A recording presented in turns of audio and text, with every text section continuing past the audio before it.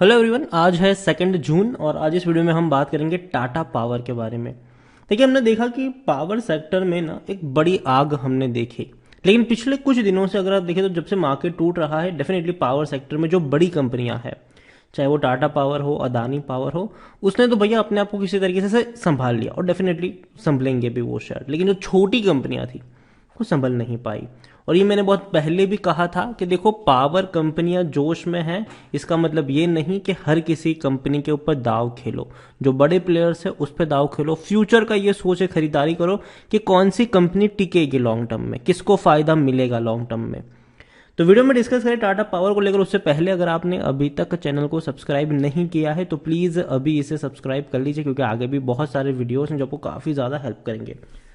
तो Tata power share में आज हल्की सी तेजी है, 234 रुपए के आसपास है। हालांकि कोई बहुत बड़ा मूव नहीं आया है, टूटा जरूर था लेकिन कोई बहुत बड़ी गिरावट भी नहीं थी, 230 रुपए के आसपास ही गया, वापस से बाउंस बैक दिखा दिया इसने।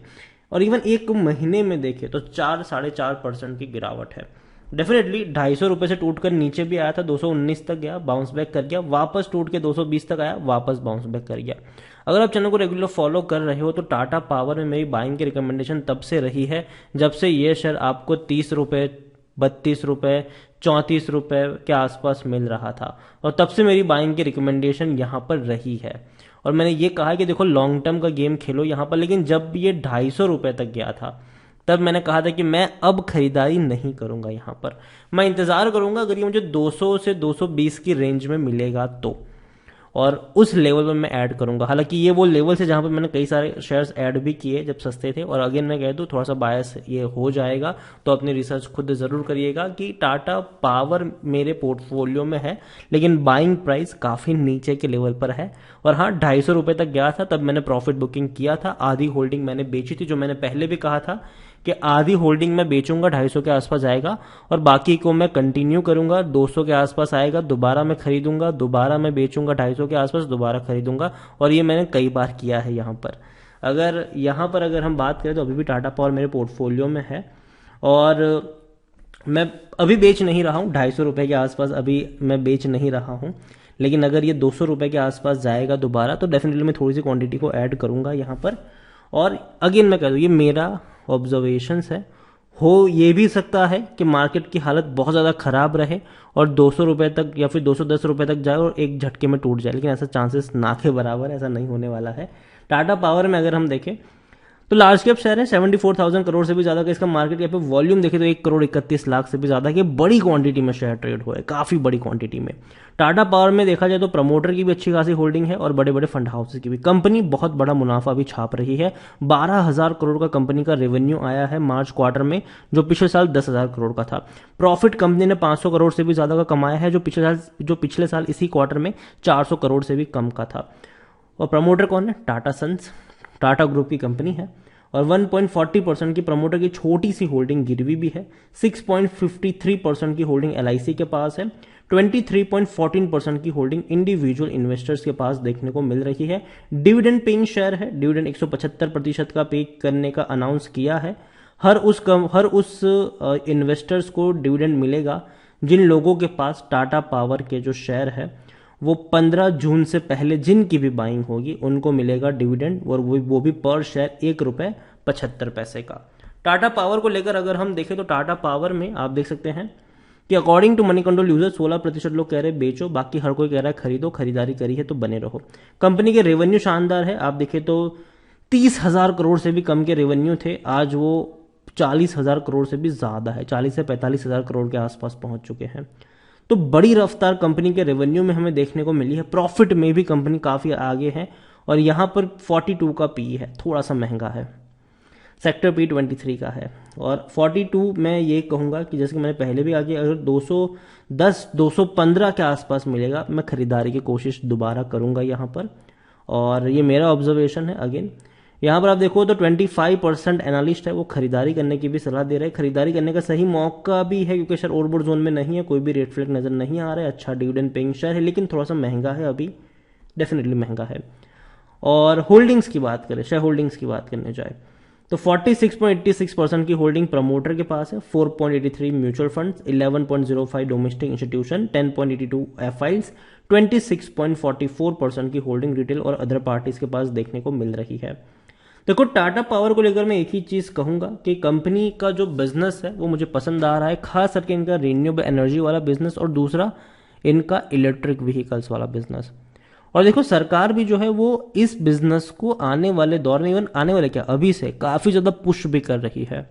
आपको पता हो तो टाटा पावर ने ऑलरेडी इंडिया में 1300 से भी ज्यादा चार्जिंग स्टेशन लगा दिए हैं और कंपनी सरकार के साथ मिलकर आने वाले दौर में और चार्जिंग स्टेशन लगाएगी। जिस तरीके से आपको अभी पेट्रोल पंप और गैस स्टेशन देखने को मिलते हैं, कल आने वाले सालों में आपको वो जगह जगह चार्जिंग स्टेशन देखने को मिलेंगे। लोग इलेक्ट्रिक व्हीकल्स को धीरे धीरे अडॉप्ट करना शुरू जरूर करेंगे और टाटा मोटर्स अगर देखा जाए तो भैया इलेक्ट्रिक व्हीकल्स काफी बड़े पैमाने पर प्रोड्यूस भी कर रहा है और उसको बेच भी रहा है और टाटा पावर उनके लिए इंफ्रास्ट्रक्चर बना रहा है। लोग तब खरीदेंगे ना जब भैया उनको जगह जगह पर इलेक्ट्रिक के लिए चार्जिंग स्टेशन मिल जाएंगे, वरना प्रॉब्लम तो यही होगी कि लंबी राइड तो कोई कर ही नहीं पाएगा। तो ये अभी भी इंफ्रास्ट्रक्चर, अभी आप देखो चीजें एकदम से नहीं बदलेगी। अडोप्टेशन में अभी भी कम से कम 5 या 6 साल लगने वाले हैं इलेक्ट्रिक व्हीकल्स को अडॉप्ट करने में हमें। लेकिन ये वो कंपनी है जो भैया तब से लेकर अब तक रेडी हो चुकी है और इसमें सबसे ज्यादा योगदान टाटा ग्रुप का है इलेक्ट्रिक वाले बेल्ट की अगर हम बात करें तो। दूसरी ओर रिन्यूएबल एनर्जी, देखिए अभी भी हम चाहे कितना भी रिन्यूएबल एनर्जी का नारा पीट ले, लेकिन एक सच्चाई है कि आज भी हमारी डिपेंडेंसी कोल के ऊपर ज्यादा है। अभी हमने कुछ महीनों पहले ही हमने देखा कि इंडिया में ब्लैकआउट शुरू हो गए थे क्योंकि बिजली प्रोड्यूस नहीं हो पाई थी, कोल की शॉर्टेज थी। और रिन्यूएबल पर हम अभी उतनी बड़ी कैपेसिटी पर नहीं पहुंचे हैं, बहुत कम कैपेसिटी है हमारी रिन्यूएबल्स की। और टाटा डेफिनेटली इसमें आगे बढ़कर योगदान दे भी रही है और काफी अच्छे से काम कर भी रही है। कई सारे प्रोजेक्ट हैं जो इन्होंने कमीशन किए हैं रिन्यूएबल एनर्जी को लेकर और कई सारे प्रोजेक्ट इनके पास फ्यूचर में बनने वाले हैं और कैपेसिटी जो है उनकी काफी हद तक बढ़ रही है। और दूसरी बात है कि देखो पावर कंजम्पशन जो है वो इंडिया में बहुत तेजी से बढ़ रहा है। रीजन ये है कि अब धीरे धीरे हम रिन्यूएबल एनर्जी और उसके साथ साथ हम इलेक्ट्रिफिकेशन पर ज्यादा फोकस दे रहे हैं।